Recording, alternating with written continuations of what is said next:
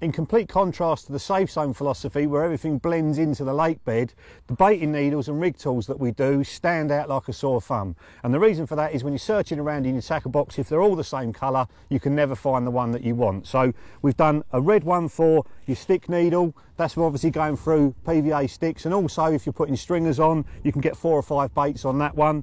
The next one down, the splicing needle, is obviously for splicing lead core, but you could use it for a baiting needle as well if you wanted to.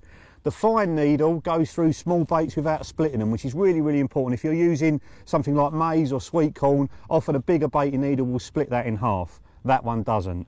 And then the heavy gate latch needle, I actually use it for my PVA sticks because they're only probably an inch long at most, but you could use it as a baiting needle or a splicing needle as well.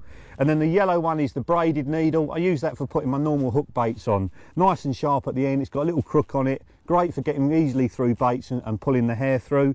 And then the stripper tool, that was designed for taking the coating off of coated braids. Obviously we did it for our own hybrid soft and stiff, but it'll work on any coated braid. It cuts the coating clean so it comes away nice and easily, and it doesn't fray the internal braid as well, so very important if you're using combi links.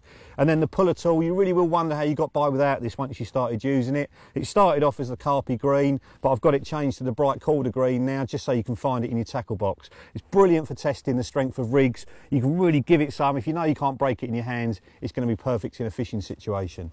And finally, the razor blades in a bright Korda green. That makes a big difference. If you've got dark coloured scissors, you're dropping them on the floor or putting them on your bedsheet cover, you can never find them. And these are super, super sharp. You put them down a bit of braid, it's amazing how sharp they are. Good for loads of different applications. Nothing worse than trying to cut a bit of braid and it's all fraying up.